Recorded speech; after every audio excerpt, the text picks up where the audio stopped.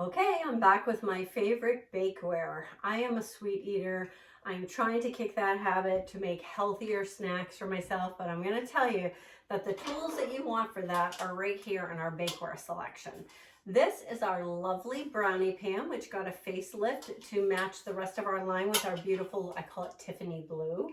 The brownie pan is for individual servings, so maybe you're not a brownie eater, but how about putting a ravioli in here, adding your favorite sauce and some cheese, a second ravioli, more sauce and cheese, and baking each of these wells all filled for 18 to 22 minutes. You have perfect lasagna. Looks like you slaved, and it's super easy. I've got all kinds of great recipes. You can prep eggs for the week, do a bunch of egg bites or for egg sandwiches.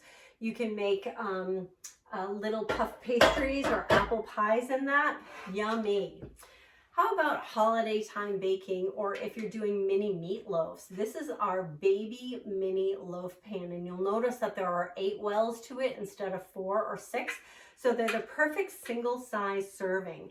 So if you're trying to do portion control, if you're trying to eat a little bit more monitored, this is really a tool for you. You can do your meatloaf in here, you can do an egg bake, or maybe even if you're doing treats or sweets. This would be a great pan, and of course it's great to bake to gift, or for those of you who are single or just cooking for 2, you might want to cook up a bunch of meatloaves and then freeze them because you've got the right portion size to pull out. In addition to that, what about freezing your soups in here, right? When you're done making a big batch of soup, spoon it into each of the wells, let them freeze, pop it out, and put it into a Ziploc baggie or one of our sandwich baggies, which can be sous vide or cooked in boiling water. So you can leave it in that bag, stick it in a pot of boiling water, and your soup will be ready. Take it out, pour it out, and eat it. Easy peasy. We have got our regular muffin size pan, and again, these are easy release. And I gotta tell you, I've done a couple of recipes, and when I first got this, I forgot to mist with our oil kitchen spritzer one of these, and I thought, oh, this is gonna be a disaster getting out, and I turned it upside down and just tapped the pan, and they all popped out even without oiling it. Now you're supposed to oil it, but if you don't, fear not.